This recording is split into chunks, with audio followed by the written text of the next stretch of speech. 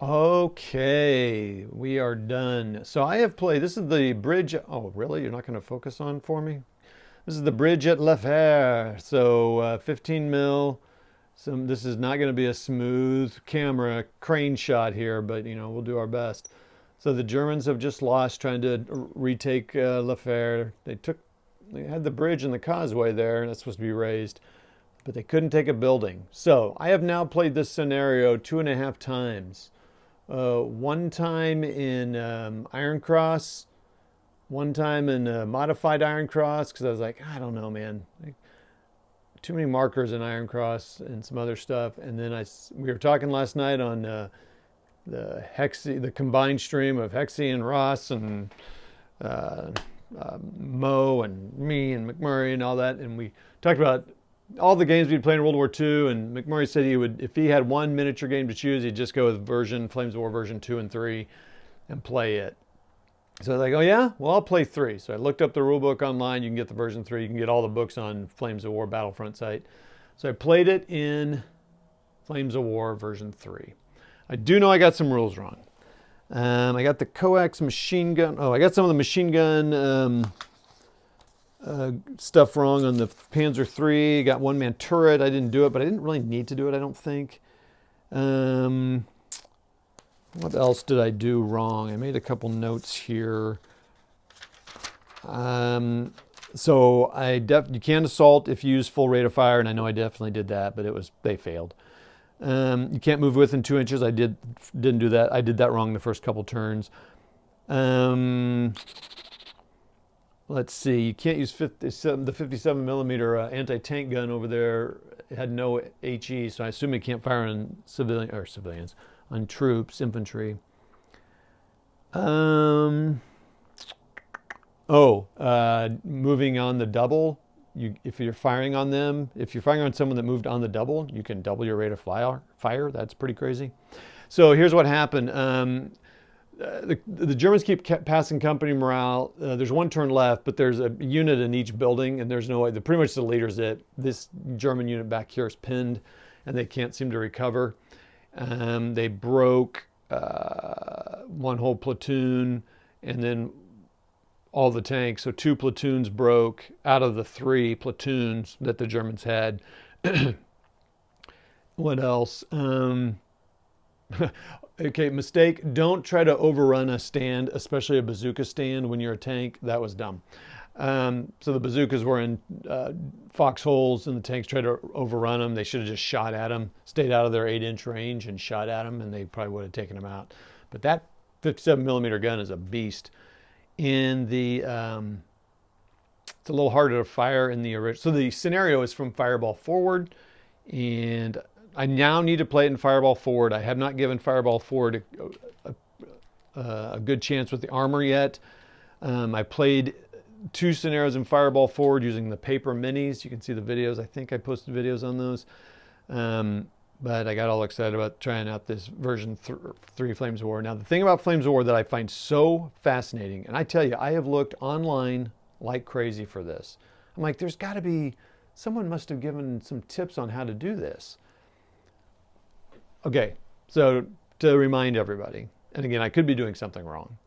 So let me give an example. I'm going to move this building here. So there are 3 teams firing on this pinned down, whittled down platoon over here, because each stand is a squad. Well, in Flames of War, each stand is a team, so 2 teams make up a squad.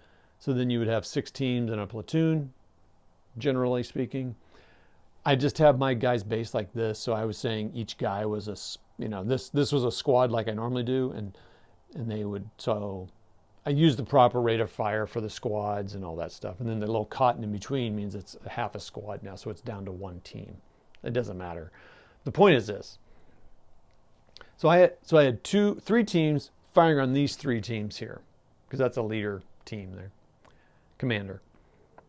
So they rolled 6 dice total, because the rate of fire of those stands. Let me make sure I was getting that right. Well, actually, oh gosh, I should have been rolling more dice than that, actually.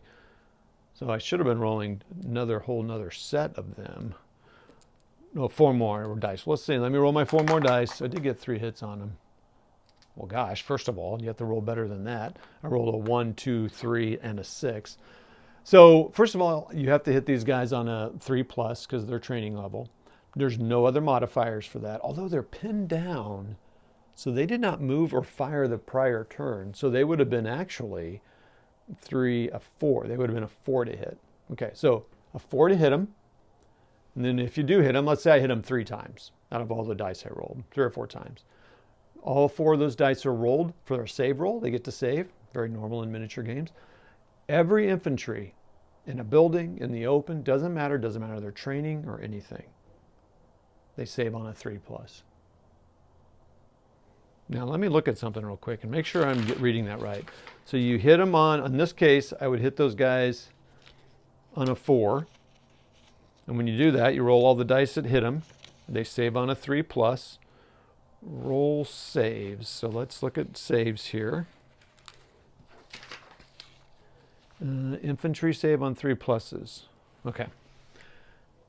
So hitting on a 4s, those 4 dice that I did roll hits on, they roll save on a 3. Pretty good chance it's going to get it. What is that, about a 66% chance or something? Or is that the right odds there? I feel like that's wrong. Anyway, whatever 3+ is on 6-sided die, over 50%, 60%, something. So that's that. So that's, I mean, pretty high. In fact, I fired on them twice and I had 2 times I had saves. The reason they're pinned is because I got 5 hits on them, but I think they all saved. But they did get the hit. So at least they were pinned down. Okay, so it's really tough to hit infantry. Not to hit, but to take them out. Well then, now imagine hitting these guys. These are paratroopers. They're a 3+ hit because they're veteran. So to hit these 3 guys, these 3 teams, these 3 squads and leader in this building starts out as a 3. Well, they're in a building, so that's concealment, so that's now a 4. If they hadn't fired, it'd be a 5. But right now, it started out usually it's a 4. So you roll a 4.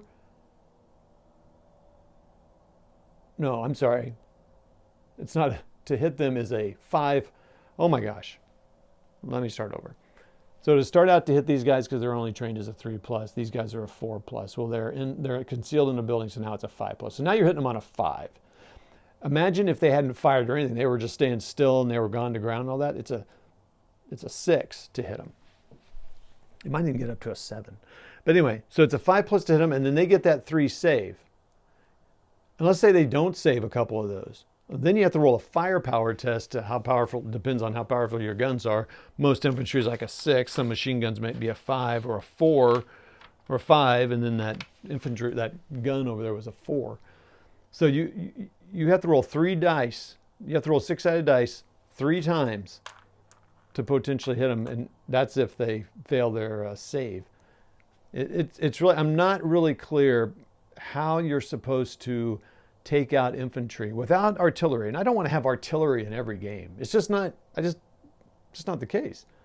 Though, maybe some mortars. I mean, if you're attacking a town, you'd have artillery. I guess that's just how it is. But it's all the same dice. It's all the same numbers. I don't think it changes a whole lot. The thing is, you'd have more dice. So obviously, if with that kind of odds, you just need to roll more times. I've only done artillery a long time ago, yeah, but the score needed, you got a range into the target, you got +1s, and you rolled a hit. It's all the same numbers. It makes it a little harder if it took a lot of times. But then you do get, the saves are a little different maybe, but anywho, getting guys out of building, and like I said, I have searched, I did this a few years ago when I was trying to play this, and I did it now. I'm like, how do you get people out of buildings? Maybe you just have to have artillery and that's it. Maybe this scenario would need to be redesigned with some artillery or something, some mortars or something. But anyway, I'll tell you what, I did have a good time playing this. And it is pretty straightforward. It doesn't have opportunity fire, but I think that's mitigated because you're limited to your movement. Like these guys only move 6 inches if they want to fire, and if they just need to move quick on the double, then they're going to become easier to hit. Obviously, you want to use a lot more cover. There's not a whole lot of cover in this game. But a cool thing is if you don't move, and I'll have to look at this. If you're out in the middle of nowhere and you don't move, I think you do get concealment anyway. I don't know about firing. I'll have to look at that, which is kind of cool because it's not like you're taking, you're going crawling across the ground. This is undulating ground. I do like rules that kind of take that into account a little bit. Basically, it impacts your save. No, is it your save? No, it impacts how you're hit. You still get your save, for crying out loud. So, so you do get shot out in the open because you are going to get stuck in the open occasionally just because of movement rates. So, all right, that's that. I've gone on long enough here. So will I now try the Fireball forward version? Let's see what I think. See ya.